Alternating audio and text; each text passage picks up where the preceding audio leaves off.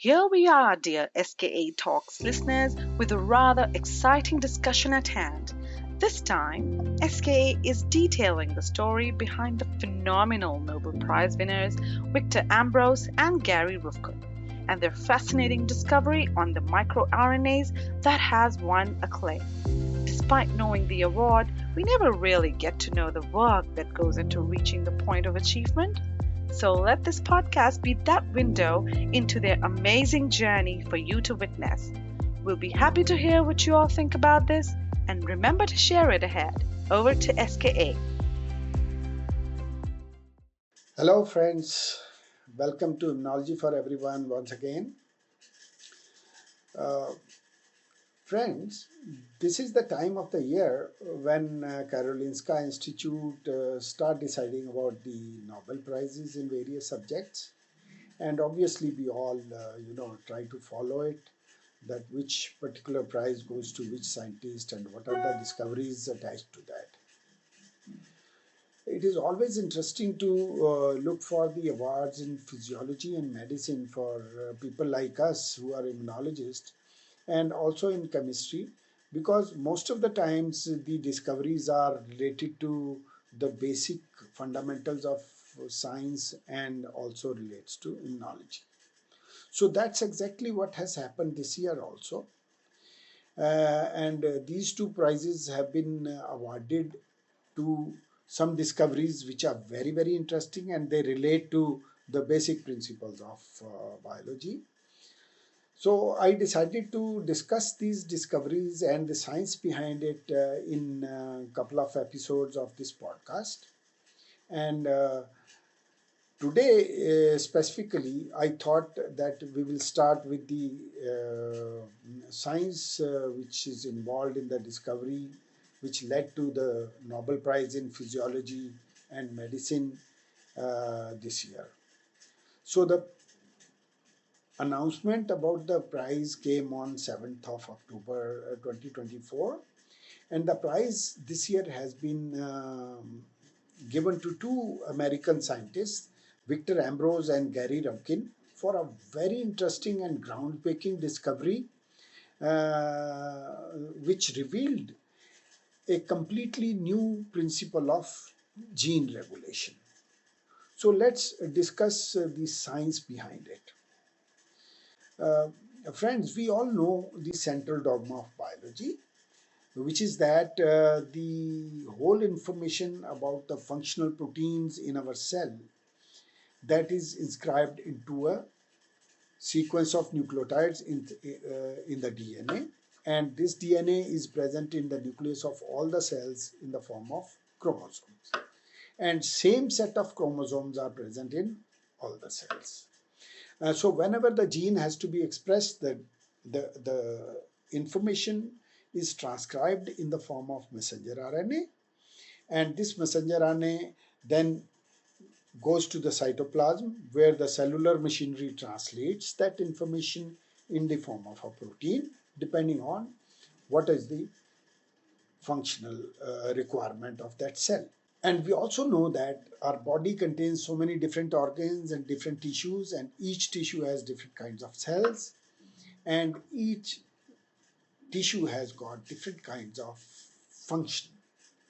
Like you have the nervous tissue, you have the lungs, you have the intestine, and the cells are, have different functions. But amazingly, the DNA and the chromosome, same set of chromosomes are present in all the cells. So you can imagine that each different type of cell will express a specific set of proteins depending on the requirement of that cell. For example, the nerve cells will express a different set of proteins, and the muscle cells will express a different set of proteins because they have different kind of requirement. So the question that comes in mind is, how come that all the cells have same DNA material, but the gene expression is different in different kinds of cells? So one can speculate that there must be some very precise regulatory mechanism which must be regulating the gene activity so that only the correct set of genes become active in each specific type of cell. This would enable, for example, the muscle cells to express a set of proteins which are required for muscle cells and the intestinal cells to express a protein which are required for their function. And then there are different conditions, they keep changing for each tissue, and something has to account for these changing conditions also. So in addition to just regulation, the gene activity must be continually fine-tuned to adapt the cellular functions to changing conditions in our bodies and environment.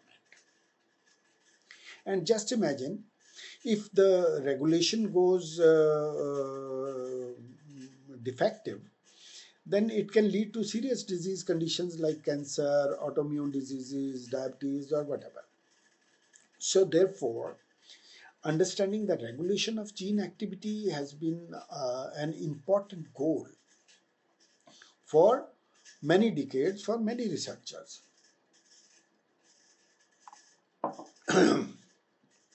So, in this context, in 1960s, it was shown that there are specialized proteins which are called the transcription factors. They can go and bind to specific regions in the DNA and control the flow of genetic information by determining which mRNA is to be produced. So since then, thousands of transcription factors have been identified, and for a long time it was believed that the main principles of gene regulation is resolved. But in 1993, two scientists, Victor Ambros and Gary Ruvkun, they published unexpected findings which described a new level of gene regulation, which turned out to be highly significant and also conserved throughout the evolution. So let's see how the story goes. The story goes like in late 1980s, these two scientists, Ambrose and Ruvkun, they were working as postdoctoral fellows in the laboratory of Robert Horvitz at MIT Cambridge in USA. And interestingly, Robert Horvitz also got Nobel Prize in 2002 along with Sidney Brenner and John Sulston for a different discovery which was related which was concerning the genetic regulation of organ development and programmed cell death. But now in the Horvitz laboratory, the Ambrose and Ruvkun, they started studying the gene regulation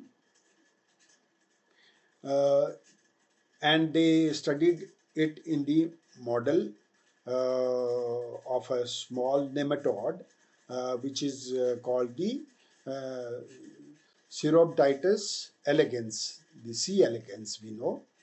It's a very small worm which is about 1 to 1.5 millimeter in length maximum. It's transparent, but it is considered a premier model organism for many purposes, especially for the studies which are related to gene regulation because it's a small size and it has a rapid life cycle and it has got amazing genetic and genomic tools. And interestingly, despite its small size, this nematode possesses many specialized cell types also, such as the nerve cells and muscle cells, which are found normally in the larger and more complex animals. And so that makes it a useful model for investigating how tissues develop and mature in multicellular organisms. So Ambrose and Ruvkun, as postdoctoral fellows, were trying to understand that what are the genes that control the timing of activation of different genetic programs, ensuring that various cell types develop at the right time. So, in that pursuit, they studied mutant strains of the worms, and they used Lin4 and Lin14 mutants because that displayed defects in the timing of activation of genetic program during development.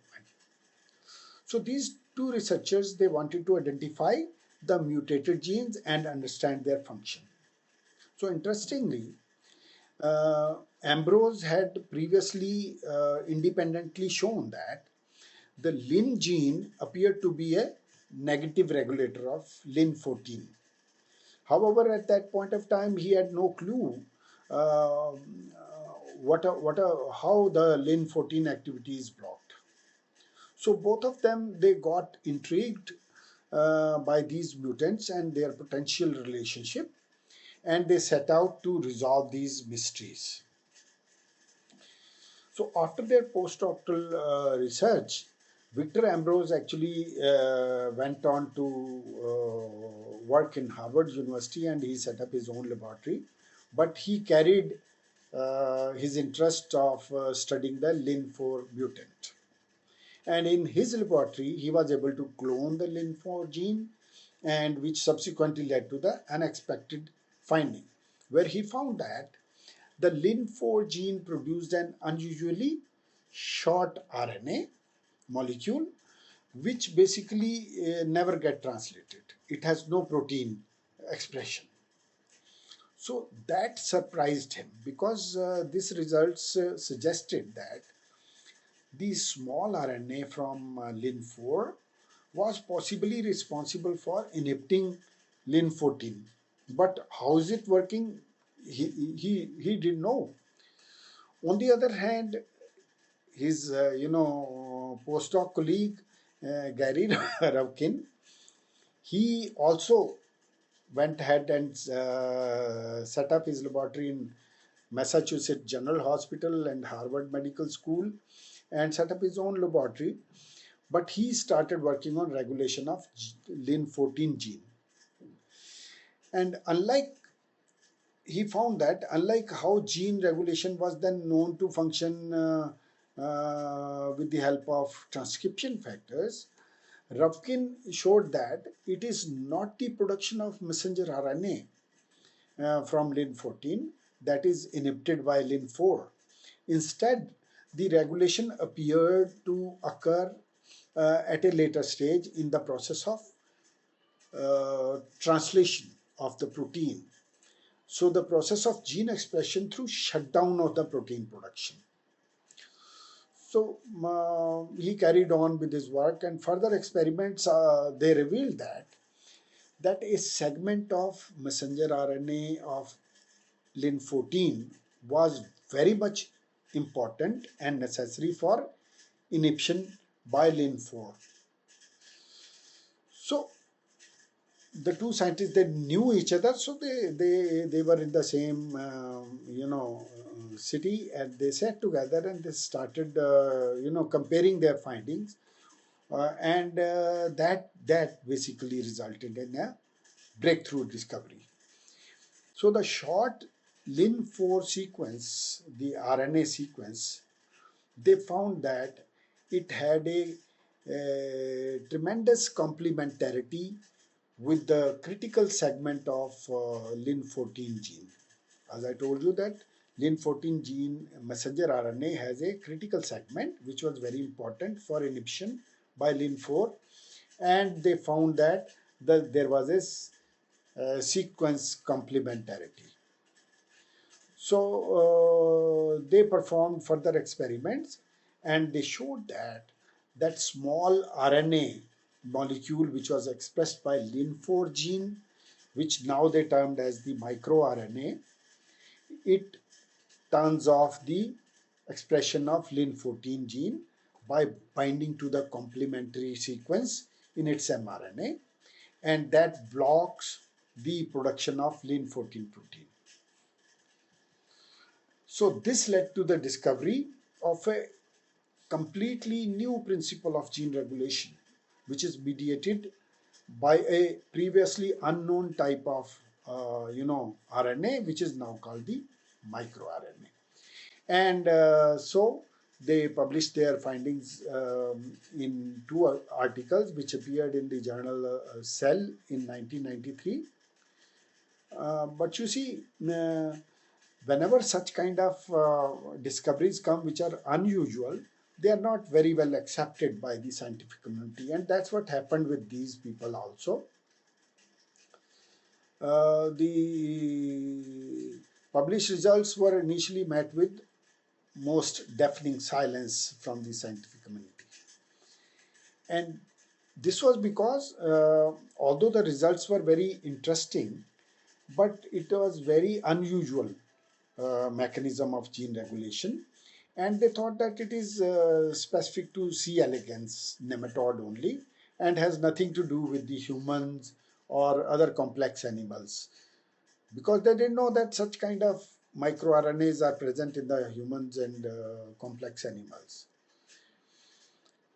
Not till the year 2000 when the perception changed, because in that year Ruvkun's research group, they published another paper with another microRNA which was encoded by the another gene which is called LET7 gene, LET7 gene. And unlike LIN4, this LET7 gene was highly conserved and present throughout the animal kingdom. So the article sparked great interest, and over the following years, hundreds of different microRNAs were identified. So today, uh, we know that there are more than 1,000 genes for different microRNAs in humans, and that gene regulation by microRNA is a universal among multicellular organisms. In addition to mapping of new microRNAs, the experiments by many different laboratories have shown that the mechanism of how microRNAs are produced and delivered to complementary target sequences for the regulation of messenger RNAs. So the binding of microRNA leads to inhibition of protein synthesis, or it can lead to mRNA degradation. So interestingly, uh, a single microRNA can regulate the expression of many different genes, and on the other hand, a single gene can also be regulated by multiple microRNAs. That way, there is a lot of coordination and fine tuning of entire network of genes. Then the cellular machinery for producing functional microRNAs is also employed to produce other small RNA molecules in both plants and animals. For example, as a means of protecting the plants from infection of some viruses. And interestingly, two scientists, Andrew Fire and Craig Mello, they were awarded Nobel Prize in 2006 for their discovery of RNA interference, where specific mRNA molecules are inactivated by addition of double-stranded RNA to the cells, and they interfere with the expression of these molecules, these proteins. So, guys, let's see what does this discovery means to everyone. This reveals that uh, tiny RNA molecules, which are now called the microRNA, they have a profound physiological importance. And it is amazing to comprehend that the gene regulation by microRNA, for which the Nobel Prize has been given to these two scientists, the Ambros and Ruvkun, has been at work for millions of years, but has to be discovered by them and reveal the science behind it. And also that this mechanism has enabled the evolution of increasingly complex organisms. But besides all that science behind it, this discovery has a great clinical importance also, because we know that cells and tissues, they do not develop normally without microRNAs, and any abnormal regulation by microRNA can contribute to disorders like cancer, autoimmune diseases, and other diseases. Also, it has been shown that the mutations in the genes coding for microRNAs have been found in humans for causing conditions such as congenital hearing loss, eye and skeletal disorders, and many other discoveries. So, for example, the mutation in one of the proteins which is required for microRNA production, it can result into a syndrome which is called Dicer-1 syndrome. Although it is a very rare, but it's a very severe syndrome which is linked to cancer in various organs and tissues. So guys, this discovery, this is a seminal discovery which is made in the worm like C. elegans. It was unexpected, and it revealed a new dimension of gene regulation, which is essential for all complex life forms. And this has changed the way we now see the gene regulation, and it has got a tremendous implication, clinical as well as otherwise. So I will close down here, and then I will suggest you to read more about it, and I will try to bring out another some interesting topic next time. Specifically, next time I'll talk about the Nobel Prize in Chemistry, which has been given this year, and you will see that it will be equally interesting. Till then, take care, and thank you very much, and goodbye.